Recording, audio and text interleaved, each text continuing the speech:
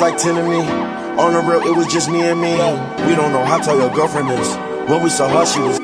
Yeah, I cannot get tired of money, but this money here will turn people around and they greedy. I know he's sick of my money, cause every time he calls, he said he calls it. Sitting in my left, right pocket, watch this. These broke boys watch this, watch this. These broke boys watch this, watch this. I can make the whole crowd watch this. I can make it one stop, watch this. I can make it one stop, pop it. I ain't even drunk no soft and pop it. I stay with a whole lot of Benjamin sitting in my left, right pocket, watch this. These broke boys watch this, watch this. These broke boys watch this, watch this. I can make the whole crowd watch this, watch this. I can make it one stop, watch this. I can make it one stop, pop it. I ain't even drunk no soft and pop it. I stay with a whole lot of. Welcome back to another episode of the Quack Shack podcast. The X Tour presented by On X. We're here. It's hot. We've had a great weekend. We're here in Uvalde, Texas at Southwest Paloma Fest by none other than Spec Ops. Mr. Luke, what's up, brother? Man, I'm glad y'all are here. Man, dude, me too. I'm glad we made it, This is a great time, dude. Thank you for having us, first off. Thank you for having us down here, dude. This place is insane. It's incredible. Elite. It's got Dude, I'll tell you, one of a kind. I'll tell you, like, I'm not blowing your horn or anything. We've been to probably 200 outfits. Legitimately been to 200 different outfits everywhere across the country.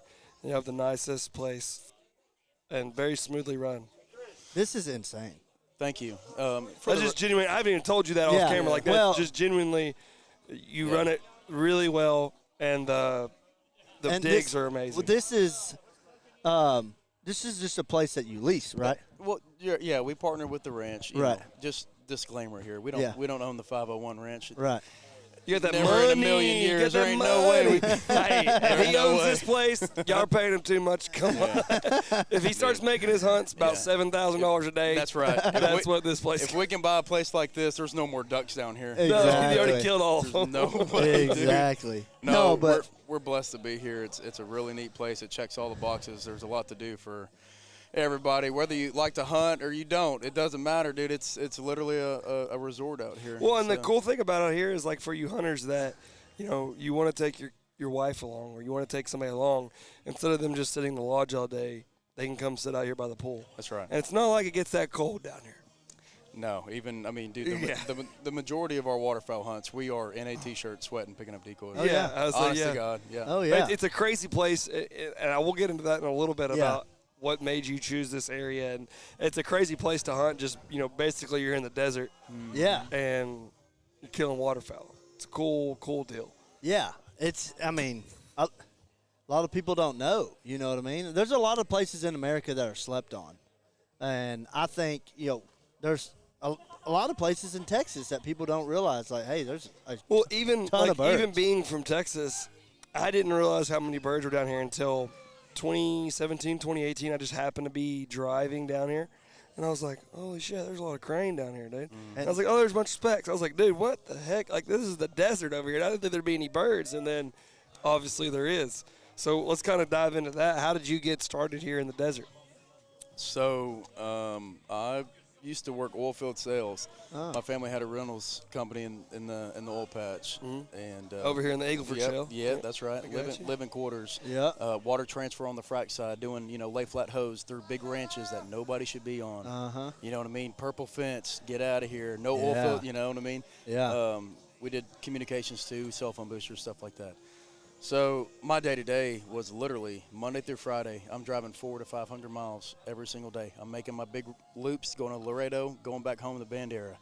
Next day, going to Corpus. Big loop, going back home. Yeah. So throughout all that time, I'm going down. I mean, dude, some of these rigs and fracks and these superintendents I'm chasing, they're 19 miles into a 110,000 acre ranch. Yeah. Nobody needs to be back there. Yeah. Nobody's got eyes on that except for the people there for work. Yeah. So, I mean, you bet your bottom dollar, if I look down a Sendero and I see a $100,000 flatbed, I'm going to go down a road I'm not supposed to go down. Yeah. Shake his hand, make best friends. Naturally, dude, Right. we'll get into relationships Yeah, later. for sure. But, dude, I'm going to go shake hands, let them know who I am, what I do. But I just started noticing, like, man, there's a lot of birds around here. Yeah. And the big thing that made us really kind of light the fire was picking up literally a 100,000, at the time it was a 90,000 acre ranch. Yeah. And we we scooped it up, and I looked at the commercial hunting manager at the time, my boy Alex Holzmeyer, and I said, dude, would y'all be interested in, like, what if we guided hunts out here? He looked back at me. He said, man, I've been waiting on you to ask me that. Oh, wow. So, dude, it just kind of lit a fire, and from that point on, we just have bled out all over this area, and anything that's worth hunting, I feel like we have a good chance that we have a green light to go get after them. Yeah. We treat our landowners right. Yeah. It's a good Well, time. that's a big part of it is, obviously treating your landowners right, but that's cool how you parlayed your other job into what you wanted to do anyway. That's right. Quack Shack X Tour presented by OnX. A lot of X's, but we're always on the X with OnX. It's kind of the thing. So, we're super excited to work with you guys. We've been affiliated with each other for some time now, and it's kind of official now. So, couldn't be more happier to work with y'all and have y'all as a sponsor. Yeah, I mean, whenever we see guys like y'all that are doing something different and doing something unique, we like to be able to be a part of that. And so, when you reached out to me about it, I was like, yeah, we should do this. So, Super excited. So y'all stay tuned. We've got a lot of cool stuff we're working on with them. A lot of cool merch that we haven't got in yet, but we were hoping to have it here. Yesterday. It's okay. But it is what it is. Y'all stay tuned. We got a lot more in store. We're just dropping little hints here and there, and but be on the watch out for the big reel coming out. Yeah, big reel coming out. Y'all subscribe. If you don't have OnX, I don't know what you're doing. You're not hunting right. I use it when I'm not hunting too. Use it every day pretty much. Yeah. Internet scouting. Love to hear it. Thank you, sir. Appreciate it. Appreciate you. So is that kind of, I guess we talk about this with everybody, but did you grow up waterfowl hunting? Oh yeah, man. Yeah. I grew up southwest of Houston. Did a lot of killing, and the Altair, Eagle Lake area. Oh yeah. Back when Eagle Lake still had a sign that said "Goose Hunt Capital of the World," and now it's little town Big Heart or whatever. So There's no geese anymore. No, there's nothing there besides the train track's still there, dude. On 90, that's about it. So that's where it all started.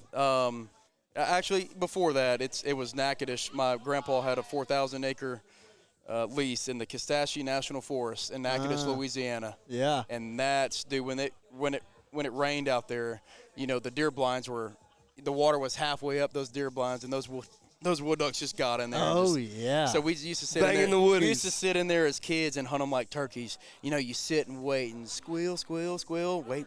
They coming in from 300 yards, and they're just swimming through the trees. Get ready. Wow. Oh, dude. Yeah. So that's awesome. I was hooked at a very, very young age, and I wouldn't have it any other way, man. I've been introduced to big game stuff, and it's fun, and I appreciate it. I think an axis buck is the most beautiful mammal in the state of Texas. Yeah. And I enjoy that too, but nothing will get you up at 3:30, 3:15 every morning like a bird. Y'all know that. Hey, man. Exactly. Hey, man. Yeah. So that's awesome, dude. You're originally from Bandera?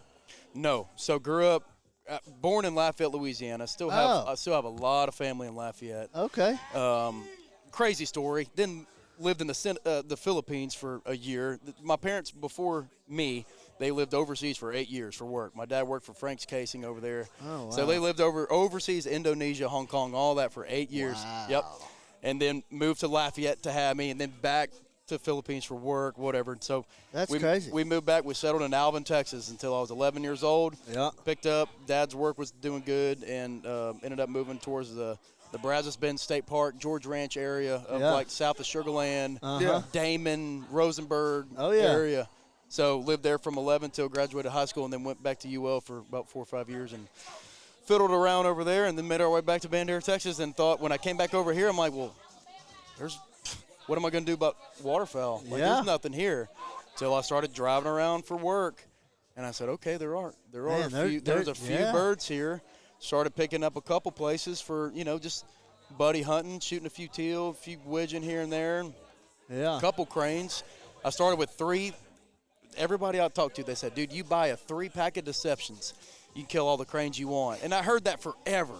But, man, that's, 10 years ago, that was pretty true. Yeah. So you kill a lot of cranes over 3 decoys if you're sitting in the right spot. The guy that designed the Deception decoys listens to our podcast. Garrett? So the guy that helped him was off of his stuffers, which was Cash Parrish. Okay. And was off of Cash's stuffers.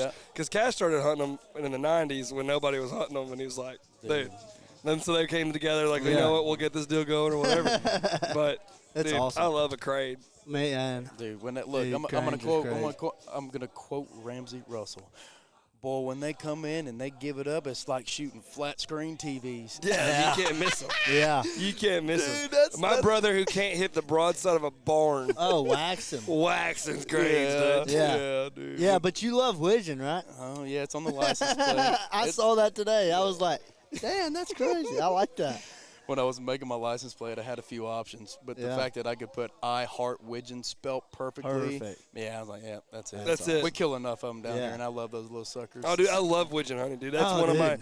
That is so. Mallards is always going to be my favorite. That's always Sure. going to be my favorite. Is what it is. But I've Man. started getting a real soft spot in my heart for widgeons, dude. Dryfield? Oh my God, Dryfield Oh. widgeons are nasty. That's next level. Dude, it's nasty. And speaking of widgeon and just other ducks in general, one of the things I really enjoy is speaking to someone that has no idea about ducks, and you tell them like, dude, not all ducks quack. No. And they Right. look at you like you've got What? another Like you're crazy. like another head just Oh, growing yeah. off your shoulders. I'm like, no, dude, you see this beautiful bird? Shh, pintail. You see this bird? Teal. You see widgeon?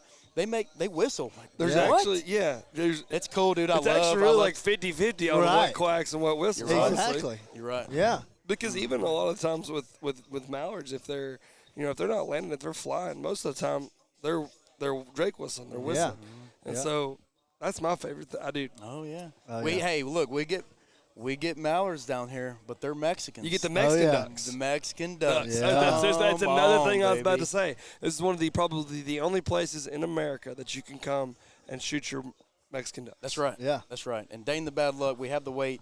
So I still need That's what a we good. heard I this need a morning. good explanation for this. But the dusky, you can't kill the dusky duck down here for the first 5 days of season. Makes Okay. sense. And the reason I don't know. I can't wrap my head around it. To our So- game wardens that listen, Somebody please give me, let us know. Somebody Yeah, give me a good answer, because we don't get greenheads down here anyway. So I mean, that's what are you waiting on? Yeah, You know? that's weird. 5 days. It's like very who, weird. Who came up with that? Like, I don't know. And why? Shoot us an email. I want yeah, to know. yeah. Let us know. I like to figure it out. Hey, those Mexican mallards are where it's at. Dude, I'm 100%. telling Dude, you. Dude, we what's were funny- 13 miles from Mexico today. This Yeah. morning. Dude, what's funny? We heard some this morning. Yeah, we did. Yes, I saw Did them. you? I did, saw them. we heard. I was like, Dude, dude, so there was what? there was when we were hunting, there was a group of teal out in front of us to the right, and we saw a little water-bottled teals, like 15, 20 birds. Like, heck yeah. Well, like 15 minutes later, wah, wah, wah. I was like, where is that coming from? There's not even any water here. And sure enough, there was some ducks back there in the woods. The place that we dove hunted this morning, it's kind of been a rekindled relationship with the landowner. Nothing went south, Right. but some big wigs out of Georgia came in And with a leased it. big old deer leasing checkbook, and they dude. leased that whole thing out. That's and probably got to and be the gr- hardest part of guiding down here. Dude, for it's, y'all. Georgia it's all dudes, deer man. hunters. We always battle the deer hunters, which it's not a battle, dude. Because- they make more money for landowners. Dude, we nobody respect that. For people here that We don't respect know it. this, Yeah. a small ranch in South Texas is 5,000 acres. I was about Oh, to yeah. say, I was about to say the same thing. Ex- Yeah, a small ranch is 5,000 acres, and everything in South Texas is centered around deer hunting. The Yeah. towns, the economies of these towns is centered around exactly. deer hunting. So it's crazy to see somebody with waterfowl be able to come in and be able to hunt a lot of these places. I figure that's probably one of your Which biggest struggles. shouldn't be a surprise to most people, because if you grew up watching deer hunting on TV, a lot of the whitetail hunting on TV back in the day was South Texas. Yeah. Like, No doubt. I remember growing up watching it, and I mean, it's most of it was down here in South Texas. Dude, this may kind of ruffle a little bit of feathers, but and I'm thinking about 50 years, Texas is going to be one big high fence. I mean, you Oh, look dude. I mean, we're you not drive far down the from road. it. No, dude. And so, like, what's cool about down here is there's still a bunch of big low fence, Yeah. free range deer, and if everybody would just manage all their own stuff, but that's a problem. Right. You got leases come in. You got a 2.5, 3-year-old 150. There ain't nobody that's gonna. The they're gonna guys do from it. Georgia Yeah, that they're know, gonna do hey, it. the guys from Georgia that know, hey, we're going to lease this place for 1 year. We're shooting every deer that is here. Everything that Which was. is, which is an awful way to manage a property and an awful thing to Well, do if this, you're leasing this a isn't property. their place. This isn't their state. They don't own the right. land. They're That's leasing it. Unfortunately, it's how it is. Yeah. But let's dive back into you started going around and meeting a lot of people because of what you did for work at the time. When did you transition the buddy hunts and like maybe taking a couple people that you knew like maybe clients or whatever hunting. I'm sure that was a thing. Yeah. So I think it was about. Hello. Why do they doubt the kid? I'm about to prove them all wrong again. I got a low tolerance, cause they don't even know what the problem is. It's me. You waiting on the boy to fail, then hold your breath and face your death. Cause you play a roulette with each step. I progress, no less. Go ahead and place your bets. Cause we know where we at, we know we top tier. Cause all the hate that you bring, we know it stops here. I'm taking off like a rocketeer and stopping here. It's strange how they cannot see the future, but see profit here. Wait up, we gon' always win. Promise that that's not a promise, yeah, that is a threat. You know that I promise to bring the team commas. When the whole team win, that's when you flex. Win, and I'ma do it again. Watch me win, then watch me do it again. Tell 'em I can't take no loss. My team hold no L's, no. Aiming. Quack Shack's X Tour, Gator Tail.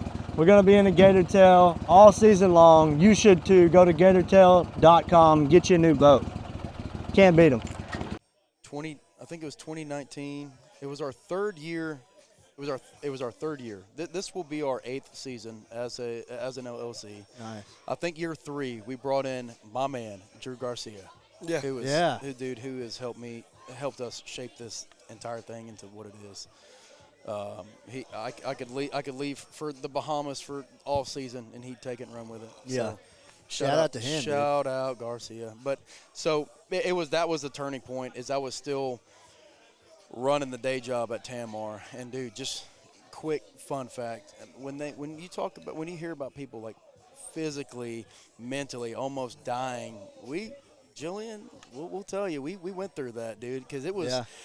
The oil field went, every 10. That's what I did. It used to be every 10 years. Yeah. It scooped. Then it was every 5. Yeah. Hell, dude, now it's every 3 years. Yeah. And this was a big dip. And so they took the salesmen, the grinders of the company, and, dude, they put me, like, gate guarding the yard a couple days a week because they cut so many people. Yeah. And, dude, running the gate guard, I had to wake up at my house 4 a.m. So Monday through Wednesday, I'm just talking about this 1 year that was really tough. I'm waking up at 4, doing that till 6, getting home late, trying to scout after that, and then Friday come in and start hunting. You're up at 4 again and running all the way through. At this time, we're still running evening hunts. So we're running double headers on Saturday, no sleep, and then run a morning hunt Sunday, and then guess what I get to do Sunday? Wake up evening. No, guess what I get to do Sunday evening? Do a freaking 3-hour sales report on my sales week. When all you did was guard the... Well, no, I had 2 days, like Thursday, Friday, I do sales, but Monday, Tuesday, Wednesday, we're at the gate. Bro, and then wake up Monday and do it all over again. Dude, I mean, we still get teary-eyed over it today, man. It was a brutal moment on our lives, but only the strong survive, and here we are. Well, and it opened the doors, or it might not even open. It pushed you to the doors that have led to what you're doing now. That's exactly right. That's a God thing. That it was so bad. You know what's funny? You say that. That's pretty much where we're at right now. Yeah. And that's in the transition? Yeah, like we have been stupid busy, like all year. Like January, season was up. February, we did a little bit of hunting. March, we hit the road. We're doing our summer stuff, filming, going everywhere. I mean, we've been everywhere. And like our summers are normally like, we're going to focus on regular work. We're getting off work on Thursday or Friday and driving 10 hours to go film and do podcasts, and like we're in that transition period right now. It is you can't compare it because it's different, right? But like everything about it's different, but it's almost it has the same. You're juggling, still trying to juggle. It's crazy. So we can kind of relate to that right now. Yeah, absolutely. But I think it's so cool that you were on these ranches before, and so you were able to make those relationships. That's cool. That's I mean, there's a lot of history down here. Dude, that's how I got on like 80% of the places I got in North Texas because I was working for a construction company. And I'd be like, oh, yeah, we're going to the road right here. You need help? Like, I'd just be driving down, the same deal, like driving around. Oh, you need some crushed asphalt? Oh, yeah, for sure. Well, you mind if I saw some pigs over there? You want me to shoot those pigs for you? Okay, I got you. Dude, so speaking of that, dude. Yeah, how are the pigs down here with everything being high fence? I know a lot of people do that deal where they high fence and then they come in and, wipe out all the natural stuff before they bring in all their breeding. A lot of the big money-making whitetail and exotic places, dude, they get a helicopter twice a year and just wipe them out. Honestly, that's what the high fence places do. Yeah. Low fence, they don't stand a chance. No. Yeah. But well, I say that they still run helicopters too. But there's there's so much land down here. That's the next thing you need to It's get in. That's the next thing you need to insane. get into. Helicopter hog hunt. Yeah, He's probably thought of it's that. on the list of a million Dude. things. Man. Yeah. Those helicopter hog hunts are crazy. I've never done it, but yeah, I haven't Corlin's either. shaking his head. He's like, "Nah, he don't like helicopters." He's a pilot. He's a pilot. He don't like it. Don't matter. But the funny thing is, they say that's like the motorcycle of the sky, and he loves motorcycles. So Oh yeah. She said, "Nah." Wife said, "Nah, you can do it. But we're not hiring. Yeah, we're that's hiring right. somebody to do it." yeah, That's right. Did you? I don't know why I'm thinking this. Did you grow up racing motocross? I Were we did. talking No, about that? Cortland grew up doing Cortland it. did. I never raced, but I grew up on them. Okay. Four wheelers, dirt bikes. I mean, that's just So y'all are in Tyler. yeah. Right? Yeah. So Swan Lake, yeah. yeah. Bro, most of my childhood was spent on that finish line. Yeah. Oh, no shit. Yeah, Me and Cortland man. have actually had that conversation about you. No and way, I was dude. like, dude, y'all probably crossed paths. back There's then. no doubt. Yeah. Are y'all the Yeah. same age? I probably have passed him on the track. They're before. roughly about the same age. How old are you? He said, "I probably have." Yeah. He said, "I probably have crossed him on the track." I mean, I've passed you them look up. like a motocross guy. I guess. Yeah, Dude. you do. You do. It's in the blood. How old are you? 36. 36. Yeah, you're a little bit older than him, but. Yeah. Man, So it's look back to we kind of got off track, but like, so you transitioned into starting Spec Ops, right? Yes, and so at that point, I think it was. Were you doing it by yourself at the beginning?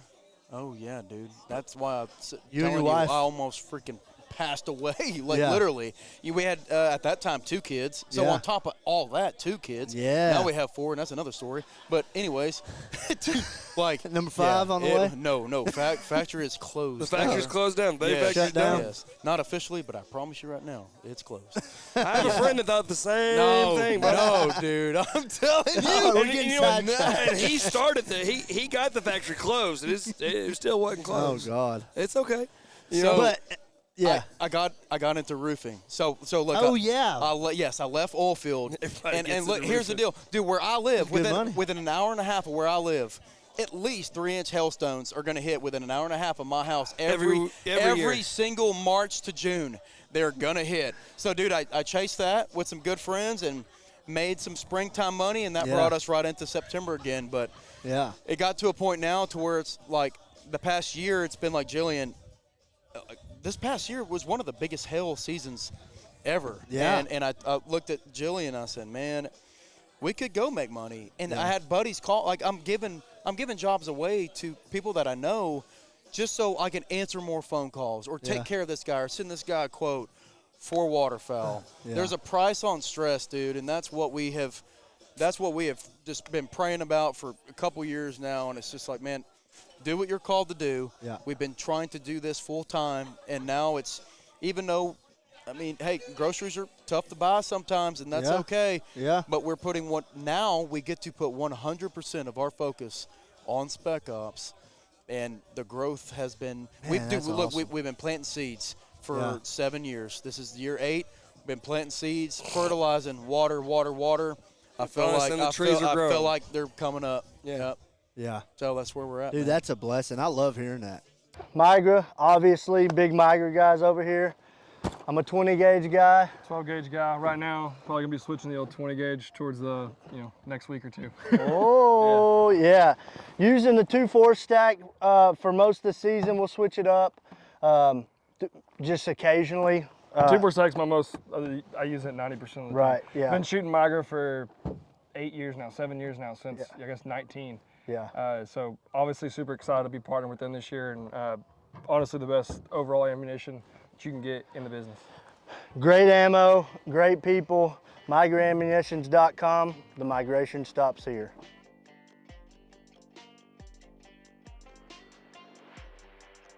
It's Dude, crazy. that's awesome. It's absolutely nuts. Yeah, that's so cool, dude. What made you want to start Spec Ops? So I guess the name Spec Ops, we can dive into that. Yeah, too. so- yeah, It dude. has a little bit of a little story to Yeah, it. Absolutely. how'd you get lined out with that? Father-in-law, dude, a lot of I've heard. I've heard he's a cool dude. Man, look, Hollywood tells you don't like your in-laws. Yeah. Everybody's got something about their in-laws. I love my in-laws. Shout out Tony and April Burks. They are beautiful people inside and out, and they are my own.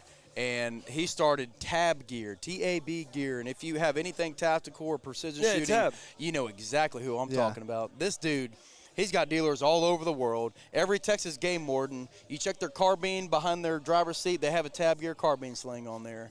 He's the best at what he does. Yeah. And I admire him like crazy for that. So he's been tactical. And when we were trying to create a name, we get a lot of speckle bellies down here. Yeah. A lot of specks. When we get goose feeds, dude, there's 6,000 geese in a Milo field. 5,998 of them are specks. There might be a lost snow or maybe a lost little lesser. I was going to ask that. No. Do you get lessers here at all? Zero. One, I figure they maybe. stop a little. No, it's do. too far south. Yeah. It's all specs. Those are the ones that get lost. It's all specs. Yeah. So with that being said, I was like, man, Spec Ops, because I had a feeling we were going to start to do some Had stuff you with hunted her dad. specs before? Oh, yeah. Yeah. Since one of the first places I picked up down here was 2013, and it was a cattle. Dude, I'm talking about mesquite trees and ratama bushes. See, nobody would think about specs. Everybody that most people think about specs, they think Arkansas rice field. Yeah. Come hunt them in the desert. It's different.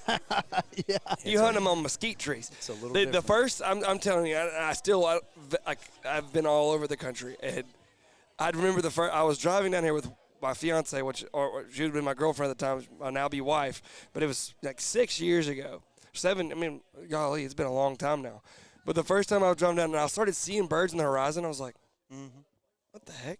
We were probably scouting those. I was like, it was like 2017, probably 2018. Oh, yeah. And I'm like, dude, that's a lot of damn birds. And so I take a little back row. My wife's like, what are you doing? And I was like, I'm just going over here. The maps took me this way. She was asleep. The maps took me over here. So I went and watched. Like, there was like a big crane feed and goose feed. And I was like, wow, they're lost. And then I went like another couple miles down. And I was like, there's more birds. And I was like, oh, shit, there's a lot of birds down here. They're not lost. No, I know. I know. I talked but to nobody thinks about them being here. No, and I talked to a lot of the ranch hands, the old Hispanic boys that have been here since, they came in illegally and now they're good, but they've been here for 50 years, and they're like, oh yeah, I've been seeing them birds for as long as I've been here. Do you ever get snows here? Further east towards 30 straight south. Because of they San get to Antonio. Mexico. Yeah, along the coast. Yeah. Yeah, they'll ride that line, and they go west of us too. Yeah. Okay. But in this pocket, it's only specs. And let me tell you something else about this little spot that is mind-blowing. We have this camp here, kind of Uvalde based. Then we have our Charlotte camp, which isn't about but an hour and a half east of here, hour 20. The Charlotte camp does not get cranes. I mean, you may see 20 in a field, but it doesn't. Nothing to mess with. But check this out. You go to West Texas, and we've had we shut that camp down. It was just too much going on. Yeah. There's 700 out. Brother. Y'all were over there south. I know where you were at. Y'all were over there. I know some people that run into you That's over a there. saturated There are market over there. so many people over there. If it was an hour and a half or 2 hours from the house, that'd be one thing. But 5 hours, And you can throw a we rock. have too much going throw on. a rock at Outfitter. Throw a rock at Outfitter. And throw a rock at it Outfitter. remind me to talk about the cranes there versus here, Because do you get greater cranes or lesser cranes? we'll here? talk about that. Okay. So, dude, but let me tell you about the habitat first. So, you go to West Texas or anywhere over there, it's red dirt peanuts and roost. Yeah. You got all the cranes you want. Guess what Charlotte is? Red dirt peanuts roost. We don't get, dude, it's the same habitat. You pick up West Texas, you place it in that area, but it's all specs. There's no cranes. All the cranes are 70 miles this way. That's insane. It doesn't make it makes no sense. Make it make sense. Yeah. But they it's also weird, get dude. cranes further east than Charlotte, like in El Campo. That's So there's oh, like yeah. a little, Yeah. there's like Yeah. a little That's fucking right. gap. And we have a third camp down in Baffin Bay. Okay. Right I there. didn't know that. Oh yeah, dude, Yeah. in Rivera. Drew and Finner, they've got a family farm down in Rivera. They have an old their family has an old 400-acre dairy farm with a couple. Dude, if you look at Onyx or Google Earth, satellite imagery of Rivera, it looks like prairie pothole. Dude, there's just blue. Just it's a beaut. Yeah. When it rains, that's the thing. When And it hasn't. when it rains in Rivera, it is Donkey Kong, baby. But I'm telling you, there's a lot of cranes down there too.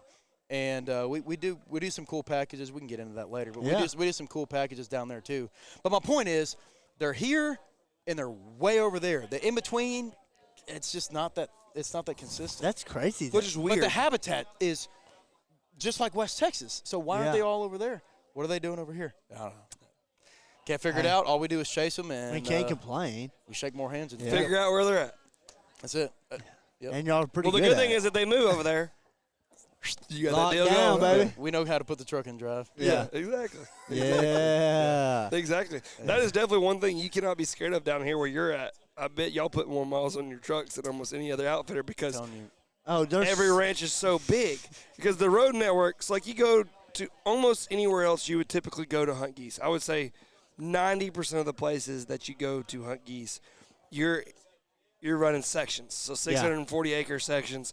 There's road access on all sides. Yep. You figure it out.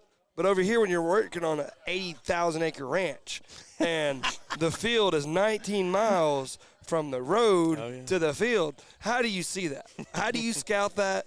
You know, how do you go about getting permission on it if you don't even know there's birds there? Jackson. Yes, sir. Tell me about that Sitka waders you got on, big dog. I can't tell you how amazing this new Gore-Tex and the new boot is on these new waders, man. Really, I'll say this about every pair of Sitka waders I get on, but I've never had a better pair. This true. Those of you that loved the first version of the Sitka waders, these are the closest thing I've found to it. The boots are amazing. So comfortable. And incredibly lightweight. You know, we do a lot of walking when we're scouting, a lot of walking when we get to, you know, a spot to park the boat. So I'm not going to be complaining about walking. These are amazing. So nice. And how lightweight this new Gore-Tex material is. Yeah. You really can't beat it, guys. And getting in and out of the boat is like nothing now. Tell them where to find it. Get yours at sitkagear.com. We have become pretty talented at looking at a map and saying, that gets ducks. That gets ducks, yeah. Yep, and I don't. You'll hunt ducks in the fields here? No. No, okay. Nope. I figured it didn't get cold enough. When I say blue moons, we get blue moons once a year here. Yeah. If it gets 13 degrees one day, you might see 20 widgeon in a field, dude. But no, I want to come hunt the widgeon and the mesquite, bro. I'm telling you right now. We're going to do it this year. We're going to get her lined out. I like a weege. It's a good time. Yeah, for sure. But man, I don't like doing phone calls to landowners. If it's my last resort. No, I like meeting in person. Dude, that's my bread and butter. Yeah. No, yeah. I mean, I'm not. If I can get you, 100%. I'm 100% with you. You sell yourself, not the product. Exactly. Right? You know that. Dude, yeah. So that's what I always tell people. If you can get face to face with somebody, they'll let you hunt. And it's a lot easier when I gas you up when you're a genuine person, like yourself. You know what I mean? Like it's not hard. No, it's not. Because the world, truthfully, the world's lacking a bunch of genuine folks, especially right now. Really? I didn't know. That's crazy. I would never guess it. Oh, yeah, dude. That's a whole nother. We're getting the old Charlie Kirk deal. We already prayed over those people. We prayed earlier. Yeah.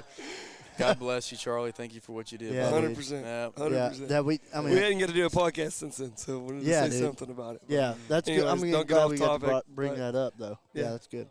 Yeah. But let's talk about Spec Ops. So this area, like Jackson was saying, it's insane. There's so many because nobody massive thinking. ranches. Yeah, because that I feel like that's the hardest thing with scouting down here, because the road network is a mostly private roads because people own ranches the size of most counties in other states. This road is an interstate. The main road coming in here, it's an interstate. It's a 15-minute drive to the lodge from the gate. Good luck, from the highway. Good luck seeing a green wing teal light back here on this pond. Exactly, you know? That's what I'm saying, dude. So that goes back to just if I see ponds, I'm gonna get in and that's I'm another thing hands, about over here, and I'll just bring up the conversation ducks. Yeah. Oh yeah, I've seen a few. Cool. I'm your guy. This is what we do and how we do it, and boom. Yeah. So that's, dude, just being a good dude, going around, being who you are, sharing the gospel, sharing your story. That's a big sharing thing. your passion. 100%. Dude, you know how many landowners I've had where it's like, man, I've never cared about a duck until you started coming around, and now I'm all excited about ducks. Yeah. It's That's good, dude. It's so freaking badass, man. Yeah. Like It is. I got this landowner now. He knows what a pintail is. Exactly. Come on, baby. And he's ate He's up. ready for to it. hunt. He's ready to hunt. Oh, Dude, yeah. That whole deal with going back to talking about the gospel, dude. I bet that has almost gotten me in as many places. And not to say that I use the Lord to get me in places, No, it's but not the Lord gets me in places that I'm sure He does. You know what I mean? He And- knows, Yeah. he knows what he's doing. Oh, man. 100%. 100%. He's already got your story written out. Oh, Yeah. for sure. So. But that's a great point that we haven't ever had anybody else on the podcast make is like Yeah. people can tell when you're a genuine person and you're having a genuine conversation with them. And if you can get if you're one of those people that can sell stuff, people always ask. Like I feel like we get people DM us at least 3 or 4 times a week. How do you get on these properties? How do you get permission to hunt here? I'm like, dude, go knock the doors. Yeah. Don't call them. Don't go on Onyx and Don't go send knock him the a doors. letter. Dude, I got go knock the doors and don't send anything to them until you talk to them in person. You want to hear something, dude, hilarious, really. Yeah. The reason I bought my first Onyx subscription is because these ranches are so big. I just needed to know where the fences were. It wasn't even who owned it. It was how far can I go into this ranch and find ponds. Yeah. Cake Shout stands. out Yes, Onyx. dude. We love Yes, Onyx, straight up. dude. It was appraisal districts and just OG stuff. So The Onyx was a game changer for you in your previous life. Mm-hmm. Yeah. I Yeah, got you. man. I got you. it's the Onyx has changed the game. No, by far. Yeah. Like, it's crazy. Yeah, it's a Anybody that doesn't have it, I don't understand. Dude, it's a tool. But you know know what I what's mean? crazy No matter thing- what you do for Yeah. an occupation, you have a tool. Whether you write contracts, you got a pen. That's right. Or you We use Onyx you build in a our roof. construction. You know what I mean? Yeah. And like, dude, what's crazy? I use and that Onyx selling roofs sometimes. that I never thought about until the Area- other day. Yeah. Talking to Onyx, they didn't realize how big of a market they have in waterfowl, waterfowl which is side of things. insane. Which is insane to me. 'Cause I'm Doesn't like, make sense, I feel like but- it's your main thing, but it's not. I guess. Yeah. I don't know. Yeah. backcountry elk, all that. Yeah. Well, Well, their for off sure. road, Big. their off road deal is Yeah. huge. Oh, okay. Yeah. They have off. Now Onyx backcountry, off-road. I think big game is their bread and butter. Obviously, I think that's what it was originated for. But man, when they mentioned that they didn't realize how big of a market that they had in waterfowl, I was like, "Wow, dude, open your eyes, dude! How do you not Everybody see uses that?" every single person I know uses Onyx. Yeah. Yeah. But no, I mean, that's and down here it's gotta be easy or way better because you can use recent imagery and you can see where the roads are when you're on these huge ranches that takes 20 minutes to get to the field. We live Yeah. we live on that app. If they had like that hours counter, Oh yeah. yeah, Yeah. we're months in. Oh, that's good. That's awesome. You need to be. That's what I tell people all the time, dude. I'm like, dude, people want to joke about internet scouting. Dude, I spend 9 months of my year on Onyx finding places and places I've never been that I'm like, that probably has ducks. Yep. Yeah, go ahead. Yep. So, dude, before Onyx, it was Google Earth. Yeah, and 100%. it used to track you. I tell Jillian all the time. I used to just drive safely, for the record. Drive with Would your Live with- 360 say the same thing? with Google Google Earth open. Yeah. And just in case I catch that ranch hand coming out of that gate, I have a conversation. Hey man, you'll have a pond back here? Yeah. Just like that. I used to drive around all this. I still do. Yeah. With the imagery open, because it's only, dude. It's you. The more you drive, the greater your chances of catching that guy at the gate. Here's the other thing. Out here, it's all electric fences. Yeah. A lot of it's not neighborhoods and gates open and driveways open. A lot of it's locked up, and you're not going to catch that guy to have that in-person conversation unless they are taking that tiny fraction of their day to go in and out of that gate. Yeah. And I catch them at that gate. Dude, sorry, landowners. I mean, dude, I've seen some pull out and go to a gas station. I'm like, I go meet him at the gas station. Go to the Hey, gas hey station. man, you come out of that place come over out of there? that- Oh, yeah. They're like, Yeah. Kind of weird. And they're weird. like, oh, yeah, you go 9 gates down, and it's on the left. And you're like, okay, 9 gates. All right, I got you. Or they're like, hey, you go 2 gates down, there's a Y, you take that right. You go up to the windmill, take a left. There's a pond on your right, you take a left there. And you're like, okay, all right. Yeah, for sure. I know exactly what you're talking about. Yeah. Can I have a water? Yeah. She said, yeah, I'll give you the one out of my hand. Look at that. It's Clutch. hot. It's about 100 degrees. Man. Oh, Yeah. dude, it is hot. Yeah. Well, hey, But I will say this. I was so dreading coming here because my allergies have been so bad back home. And because I'm allergic to ragweed. And I thought the ragweed was going to be hot down here.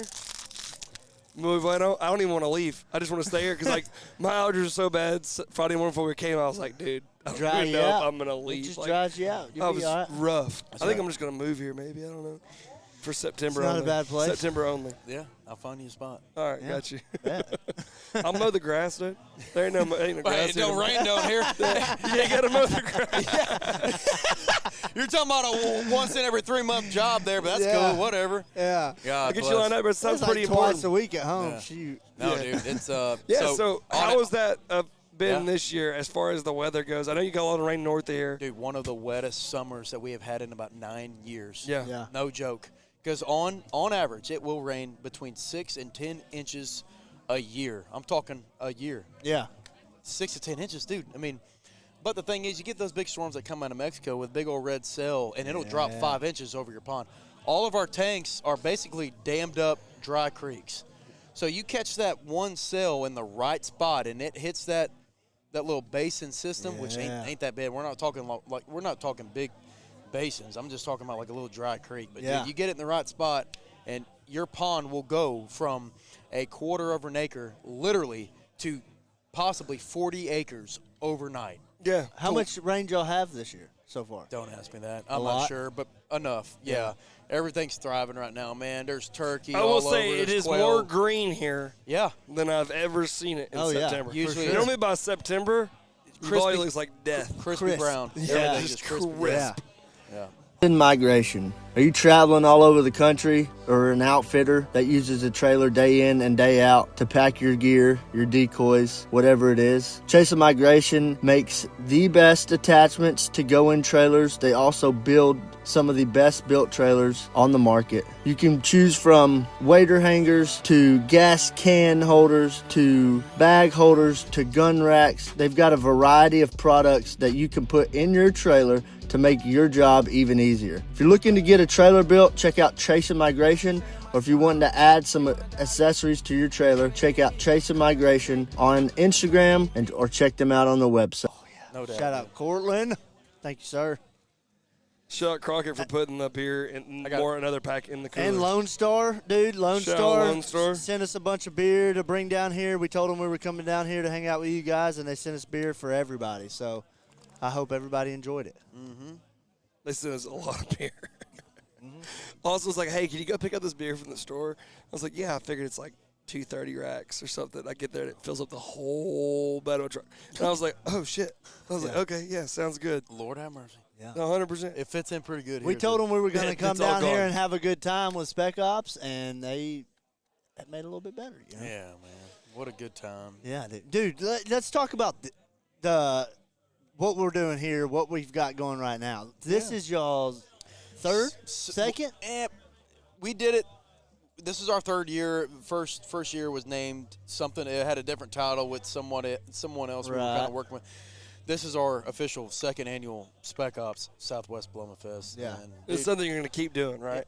we'd love to. Yeah. We're going to be here every year. Yep. If there's something we're going to do once a year, at least it's going to be this here at the 501. What a time, dude. And it's just, dude, it's the perfect place to do it because you got a world-class skeet range. You have the Lazy River. You have the second most beautiful river in Texas, 400 yards over there. It's the gorgeous. The Nueces River. I tell people, dude, this thing is aquarium clear. Well, Yeah. I almost could have shot my limit from sitting here at the pool. Oh, there's dove flying everywhere. Dove flying everywhere. There's a 50-acre croton patch, goatweed patch right there. And when that seed, the seed's not ready yet. But buddy, let me tell you, last year I can show you footage. Last year, when that seed drops, there's 4,000 dove right there, and you can sit in the lazy river and do what you need to do. I'm just saying, crazy. There's a small window of the year to do it, but we were just talking about that earlier. Yeah, 100%. We're like, are we going to go in the morning? I was like, what's like? Luke was like, dude, we'll just sit right here in the lazy river, dude. Don't worry about it. Shoot, we'll try to scratch our limit throughout the day, just sitting in the water with a gun, dude. Yeah. I could have shot at least 6 since we started this Oh, podcast. 100%. Yeah. We did a little family vacation, not this past summer, the summer before.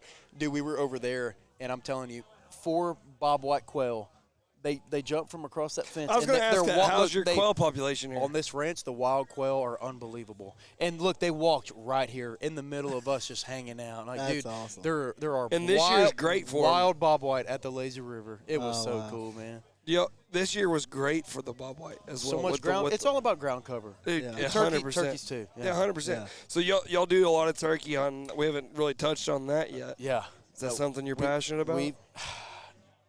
Up until about a year and a half ago is when I found the passion for turkeys, to be honest with you. So when you found the passion? When I found the passion. Dude, so I'm kind of the same. I'm so just being honest with you, I thought man. never will, because, like, dude, I'm not a big, like, I like kind of the same way you are. Like, dude, the deer hunting, that's cool. Sure. I'll go shoot a big deer if that's available. But if I have the choice to go deer hunting or go waterfowl hunt, Yeah. I'm always going to go waterfowl. But the only thing in the world that will compare to a freaking turkey strutting on you is it's just a group of ducks, mallards laying in the hole. It's the only thing that no adrenaline rush like that. Yeah. And I tell everybody all the time, the place to go is South Texas, and the place should be to go is Spec Ops. Yeah. We kind of have our mixed bag in general, not just ducks, but, dude, just the wildlife. I mean, the quail, the turkey, the deer. And if you really wanted to get into it where you're at, you get into exotics really easy. Yeah, they're right. There's a there's a wildebeest right there. I know. Yeah. Crazy. But, dude, it's nuts. All the birds, the ducks, the cranes, the speckle bellies, the turkeys, the quail. That's our big find. Do y'all hunt the quail here? Man, I haven't really gotten into it. I've got some buddies that want to kind of start taking off with that stuff, so we might dip into that a little bit. I dabbled in that a little this year. I dabbled a little bit this year. It's a different. It's fun, but those birds are fast as fuck, bud. They take off. But I tell you what, dude, I admire quail so much. It's a resilient creature. They call it the $1 billion industry, and they're kind of a dying breed, to be honest. But man, if I see a quail and out here, man, you can stop your truck and they're at 10 yards. I always get the camera out and just hear the whistle and catch it on video, and it's too cool, man. Oh yeah. The purple, like sagebrush. I think that's sagebrush. But those purple flowers, dude, they'll hit the ground.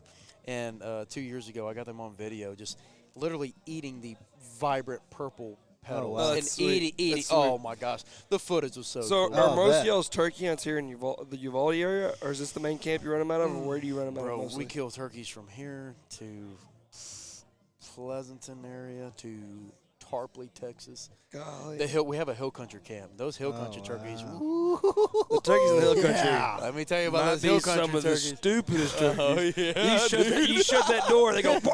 Oh, yeah. People are like, people tell me, like, man, I went to Texas, I didn't kill a turkey. I'm like, how? Yeah. Were you dying?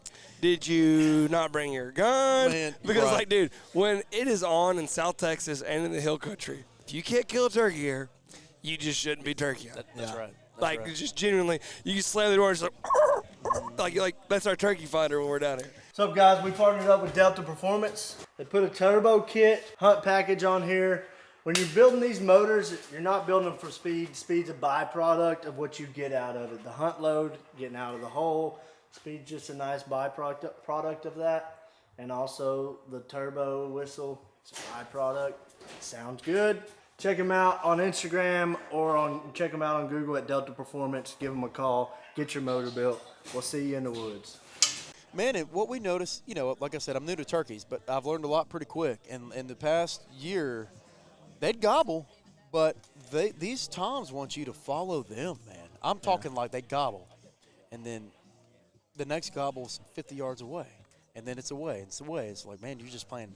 The cat and mouse kind of got turned around, and I'm learning all kinds of stuff, man. But our boy Zach Montalvo, he runs our Charlotte camp for waterfowl. He's worked with another turkey outfit for a while, and dude, on average, I mean, they kill 90 to 100. They kill 90 to 100 toms a spring. Yeah.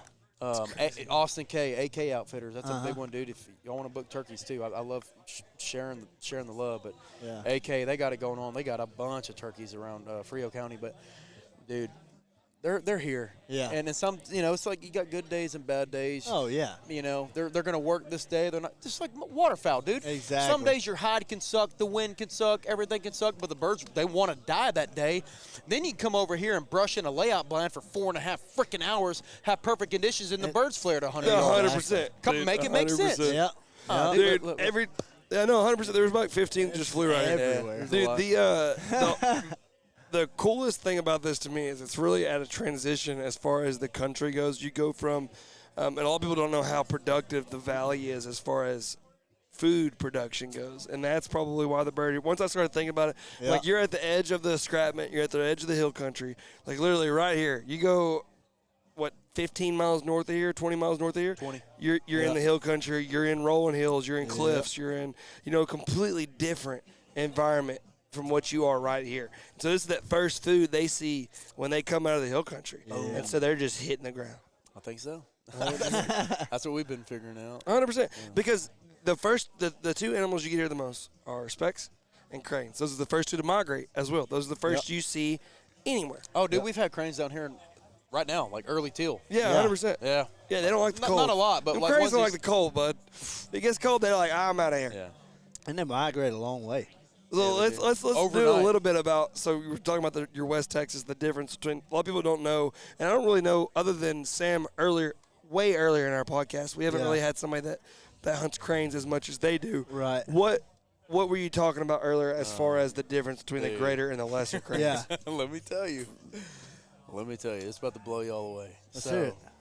Our first kind of trial hunt in West Texas. We got the same decoy spread we do down here, 5-6 dozen full bods. Blind is nothing but tumbleweed, as you know. That's typical West Texas. Look, guy. just Got plenty of it. disclaimer, this is nothing against those guys in West Texas. But I just have something to say because it's really unbelievable. Well, Drew and I think Skinny was there. We had a few of our other guys there. We're running this crane hunt, dude. Conditions are good. Winds at the back, going at least 15. And a flock of 30 cranes come in, and they land 15 yards out. And we mop the floor. Drew and I look at each other like, what? Okay. Maybe that was the second flock, bigger than that, probably 45, 50 birds. Same thing. Coming down like umbrellas. Feet down, just right there. They all gave it up. They all 45 birds gave it up. we mopped that floor too. Not all 45, but you know what I mean. Yeah. We went to town. Drew and I do. Oh yeah, we're freaking screaming, high five, just hugging it out. What's crazy is I know where they were hunting. Yeah. And we said, dude, after that volley, we said, we're never going back down to South Texas. Fuck this shit. Dude, and here's the deal. This is what we are just mind blown about. It seems like there's mainly the lesser cranes. Lessers, yes. Okay, look. That's like hunting that's like hunting a I'm going to compare it to a teal and a snow goose. Okay? 100%. That's the difference I'm going to give you. Yeah. When this happened, Drew and I are like, dude, what is going on? Why are they so Stupid. easy 100%. to decoy in West Texas? We've done both of these. We've done both, so I completely know what you're talking about. Here's the most mind-blowing part. The number of people hunting them in West Texas. There's nobody doing this within 100 miles. I mean, a couple here and there trying to. That's just what I was about to say. Is like no knock on anything. West Texas is the easiest place in the world to kill cranes. It's really the easiest place in the world to kill anything. I'm not going to get into that deal. You can kill geese out there with a freaking stick. You can put like 10, 15 socks out and kill freaking geese. I'll say it. That's why everybody's doing it out there. Dude, because it is the easiest place in the world to kill waterfowl. Yeah. And, whatever. Y'all go out there, hunt whatever you want.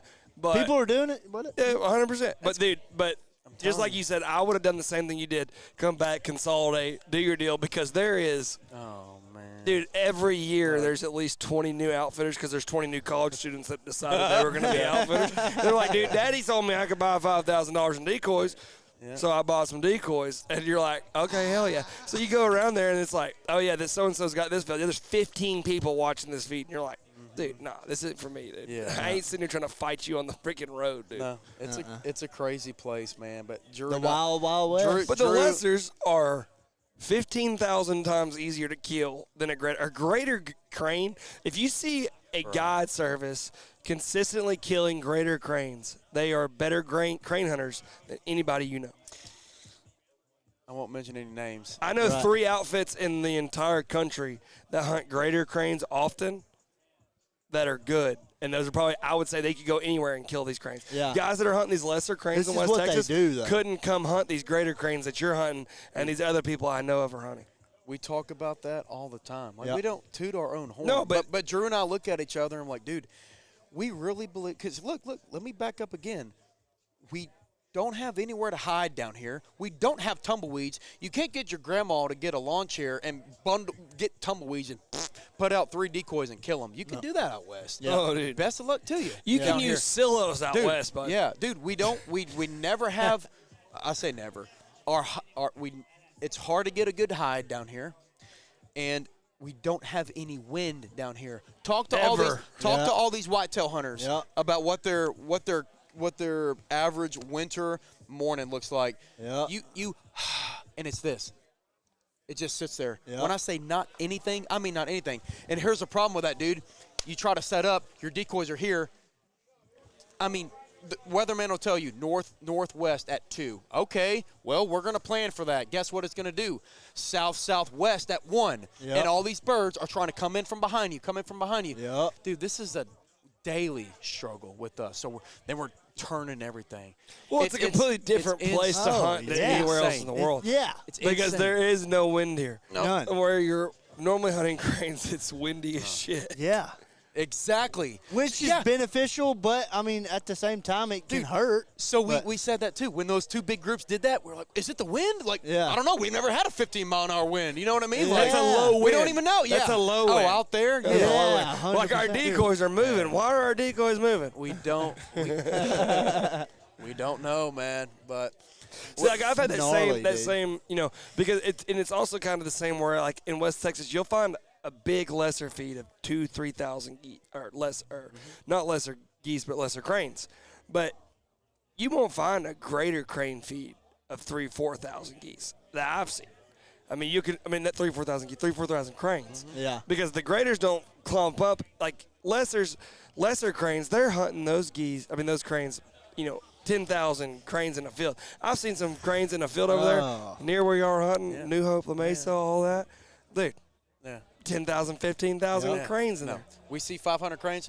That's what we're hunting. Killing them 100%. Yeah. That's what I'm saying. It's the graders. And it's all about the family groups, dude. Yeah, all for about sure. 100%. Dude, we scout hard. Yeah. Hard, dude. Well, yeah. And I feel like that has a a lot to do with our success. But if it's 500 birds and they're coming in 50 at a time, see you later. I'd rather hunt a feed of 100 if they're coming in at 4 at a time. 4 or 5 at a time. Because guess what you got? You got, where's my math? It's late in the day. I don't feel like doing math. But, dude, you have several groups of 4 versus, what I mean? It's just like, dude, those little family groups are where it's at. We have done things, like I said, I genuinely think we've probably been to 200 outfits. And we've hunted lesser cranes one day, or greater cranes one day, and lesser cranes the next day. And did the exact same thing with these people, like 4 hours apart. And the greater cranes just came by and they said, fuck you, I'm leaving here. And then we went and did the exact same thing, maybe a little less with the lesser cranes. Yeah. And they're just dive bobbing. Insane. They want to die. Yeah, 100%. And they just came, their old boy Billy and Philip just came from the decoy spread over. They just got murdered. Yep. And they came over here to get 100%. Doesn't make any sense. Dude, those lessers, dude, you could shoot at a group of lesser cranes, and they might come around and give you another spin. Oh, yeah. They might come around and spin again, dude, 100%. But when people don't understand with the cranes, dude, they'll mess you up, bro. Oh, yeah. I had a crane They'll piss you off quick, too. But I had one rip my entire jacket from my left shoulder all the way down and then rip my pants all the way I down. got video of it. Dude, because, look, so I was, normally when we crane hunt, we take a baseball bat. Oh, yeah. But we didn't have one that day. So I'm out there just chasing this big son of a bitch. Oh, he's a grader, so he's sitting out there like 4.5, 5 foot A tall. unit. Yeah, sitting there freaking baby. unit just. Little I'm like, linebacker. what's up, bud? I'm out of shells. Square up with you. Because I went and shot like 3 cripples already. And I'm holding 3 cripples, and I'm just sitting there, and this crane just And I just get this other crane and just smoke him with it. And I go get on top of him. I start wringing his neck. Well, the group of crane comes in. So I lay down. And, dude, the whole time I'm laying down, he's just clawing. I'm just like trying not to scare these cranes away. And I'm like, dude, this crane, dude. Dude, I was tear dying, you up. dude. If you let them, they'll tear you up. Well, there was a dude in Oklahoma last year or 2 years ago that died from a crane. What? Did you see that? Nuh-uh. What? Dude, a greater crane killed a guy in Oklahoma. So it was a wounded bird, and he went up to hit him with a baseball bat. When he reached back to hit him with the baseball bat, that crane came forward, hit him in the temple, killed him. Oh. Are you with his beak, 100% in Weatherford, Oklahoma. What? Yeah. I've seen the hole in the foot. Yeah. That one was crazy. Yeah. I don't know if he kicked it, and that's how the beak went. But this is next level. So he went to go hit with a baseball bat, from my understanding. I wasn't there, obviously. I heard the story from people that were there. He came to go hit the crane, and it dotted right in the temple.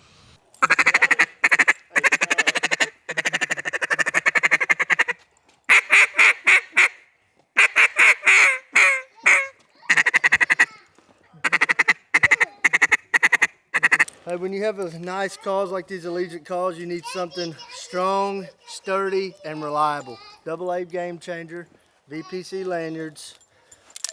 Keeps everything on here. Our finisher, wherever it is, our finisher, light, calls, chapstick. AA game changer. Check them out at VPC lanyards. We love them guys.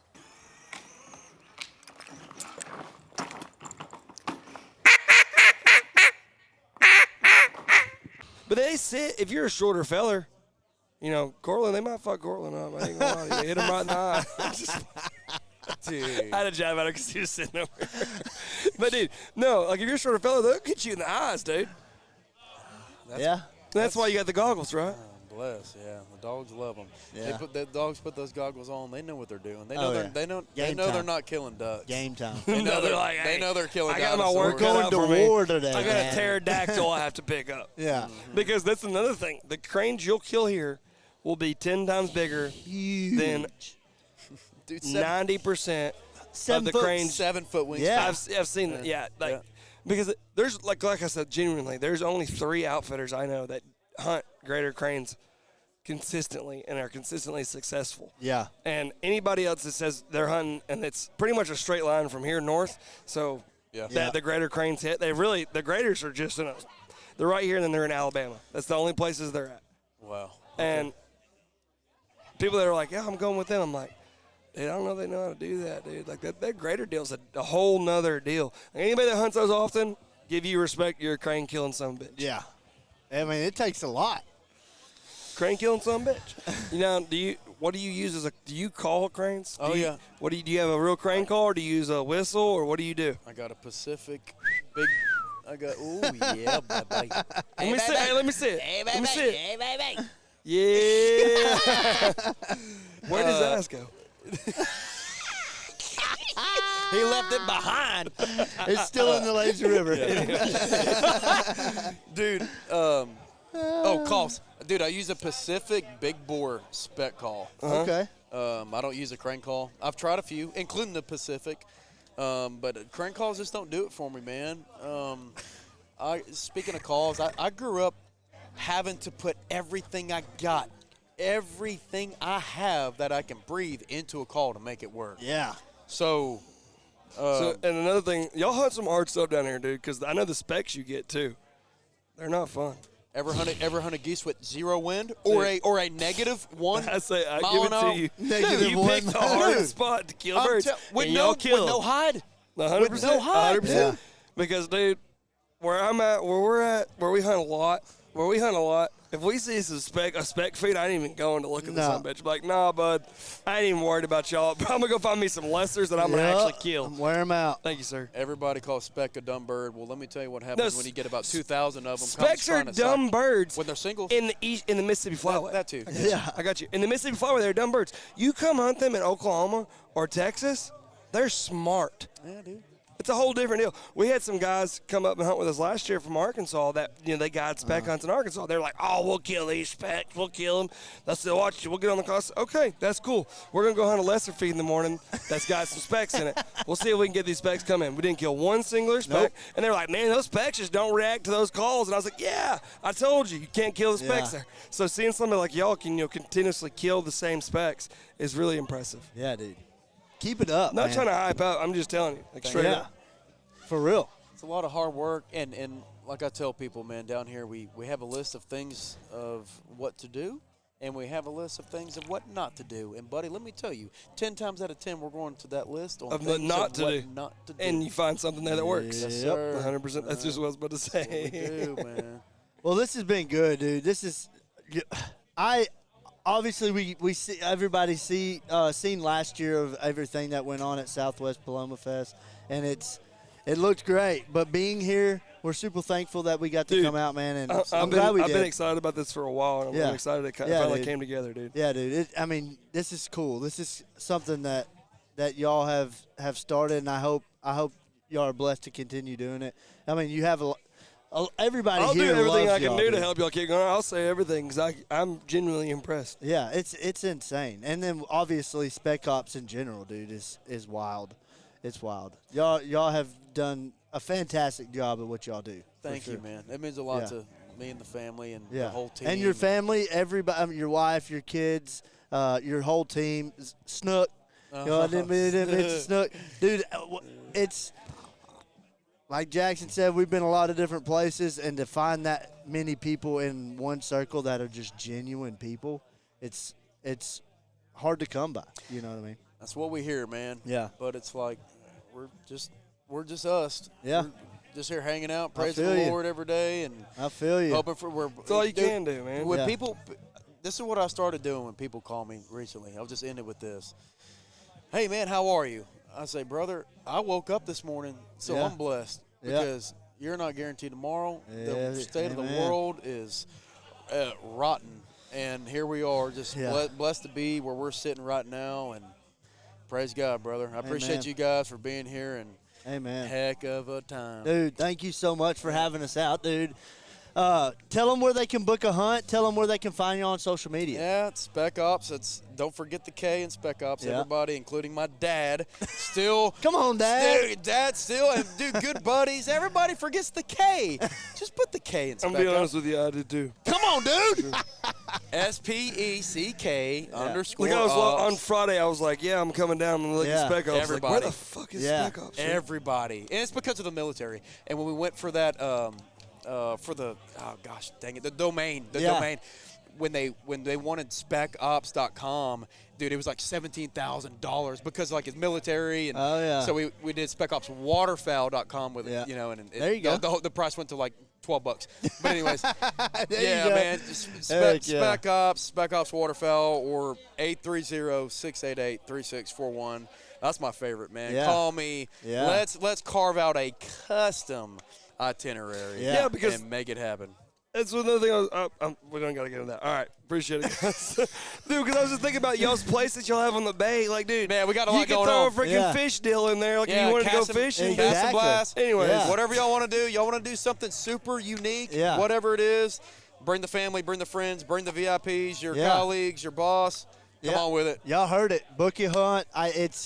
What they're doing is incredible. And then, next year, buy tickets to this. This is an incredible atmosphere. Everybody here is great. If you want to see a live podcast, we'll be here again. Live music, great food, great people, and then, live podcast, right? Heck yeah. And the Lazy River. Y'all check them out. Lazy River's gas. Y'all check them out at Spec Ops on Instagram. Go give them a call, book your hunt. Thank you for tuning in to another episode of the Quack Shack Podcast on the X Tour, presented by OnX. We're super thankful to be here, dude. We love y'all, man. Thank y'all for having us. Glad y'all made it, brothers. Love y'all too. See you on the next one. See y'all.